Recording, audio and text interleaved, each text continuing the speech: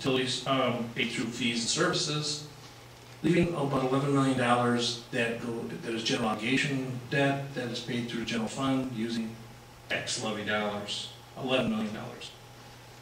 Our bond rating, that wasn't presented real clear, I don't think, and I think you didn't touch on it, but I really think it's important that Standard & Poor's raised our rating this year. That was stressed, and our outlook remains stable. When they give a rating, they give a slash with your outlook, and it remains stable. However, Moody's ended up keeping our rating the same. They gave us an increase a few years prior, or they upgraded us a few years prior, but they upgraded our outlook to positive from stable. If you can imagine that, this didn't appear anywhere, and it was repeated it. But in today's economic climate, you have a market downturn, you have slow housing, you have unemployment at high levels, and we got an upgrade in the village for our outlook. Obviously, we're doing something right. Standard & Poor's and Moody's cited our fiscal management, fiscal operations, overall managerial operations to raise these levels, and that's what led to it. I think it's important that everybody understands and knows that hears about that. A municipality, again, a few people keep mentioning $100 million. A municipality, unless they're very rich and can afford it, if you don't carry debt, good debt, investment grade debt, you're not going to be able to attract industry, business, you're not going to attract the developers into the housing market. I just think that's so important. Again, all we heard was about $100 million. And you're not going to be able to keep up with your infrastructure costs over the long haul. So investment in your future is very important in carrying that debt. Give you an example of some not good debt, throwing good money after bad. How many people are out there, how many municipalities are out there trying to throw good money, trying to revitalize a downtown area that's going nowhere? It's fruitless. However, we have the opportunity, the timing is right that we're exploring having a downtown area with a vision 30 years down the road, doing it properly, doing it right. There's a reason it wasn't presented before this, and now it's coming out, because time wasn't right, investment wasn't right, and now's the time that we're exploring it. And it's a credit to the planning, development, and financial resources and the staff that we have here, and the management staff we have at the village. So timing is everything. It's very, very important that that's understood. And I just think things are talked about that they're catching my bits and pieces of it, and they're not understanding it real well. And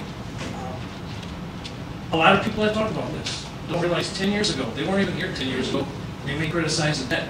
But quite a while ago, this village invested a large sum of money, and the production became green energies, like the corporate park, housing developments. That investment paid off handsomely. And the economic impact of all that debt that they incurred at that time has made a big boon to the village of Pleasant Prairie. So you need to really look at the whole picture. Thank you. Just a couple points of clarification. That meeting was on Thursday, 14th, Valentine's Day. It was noticed. It was an open meeting. The press was there. It was Brian. I know that. I was talking about it. It was a working session, basically what it was, to go over the Bristol Agreement, make all board members familiar with it, and engage in discussion with the Bristol. Okay. Further comments? Move on to item 7, Administrator's Report.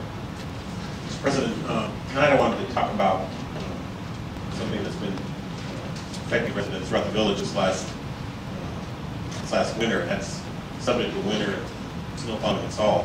I want to begin by really congratulating the Public Works Department. I think they've done an excellent job in managing the snow and the ice this year. This has been, I think by the time we're done, this will be a near record winter that keeps going. And sometimes overtime is nice, but that usually lasts for like a month. So, and they've done a lot of good work out there. The guys been out there sleeping at the garage trying to catch some sleep between plow runs, and they've done a really good job. We have 120 miles, center lane miles of roadway that we maintain. And we have the village has had a policy for as long as I've been here. It's not the same policy that every community uses. Our policy, we plow down the pavement at all times, and we apply de-icing material to all village roadways during all winter events.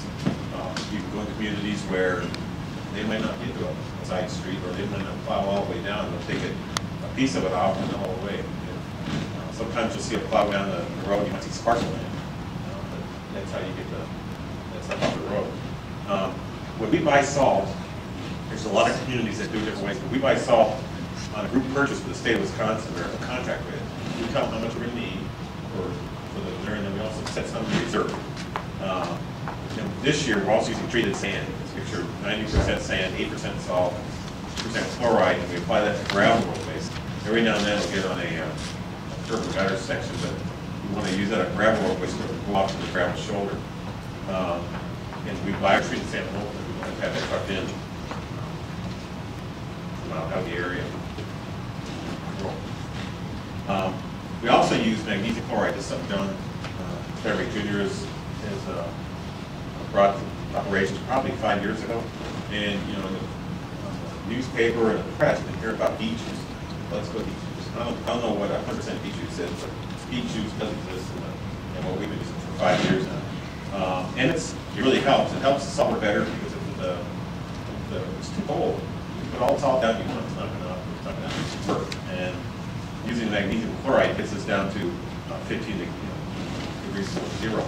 And we monitor it. You put down, at that time, we'll make roads kind of greasy and stuff. So we have equipment on our trucks that monitor how much magnesium chloride goes on the sand, salt, so we get the right application. It makes it work better. It saves us. We actually use a lot of salt by using that. Next. The record amount of salt we've used since we've been keeping records is 3,600 tons in the winter season. We have a number of winter lapses budgets. We start hopefully not before Thanksgiving, and we end in the middle of March usually. The least we used was 640 tons. That was just a couple of years ago.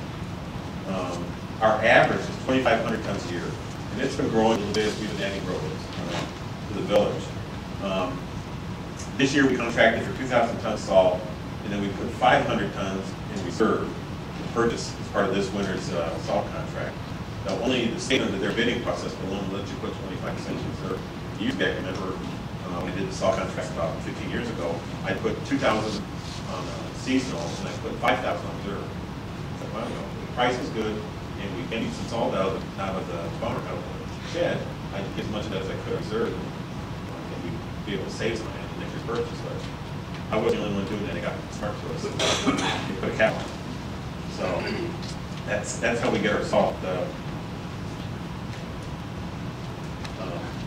Right now, at this time, as where we are in the winter, we have 600 tons of road salt in storage.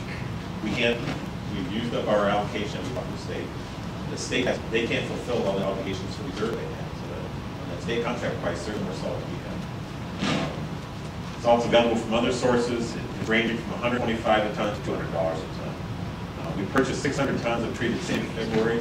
We always get treated sand because it works good on gravel roads. We have a lot of the Pearl Beach and the other spots. Just put straight salt on or calcium chloride on the gravel roads that they just turn them on. So we use Sandex. Right now, we've got enough salt to get us through. We want to make sure, I don't know how this winter is going to play out. So we're being cautious with what we have left. So we're applying treated sand on the plow routes, having the mostly gravel roads.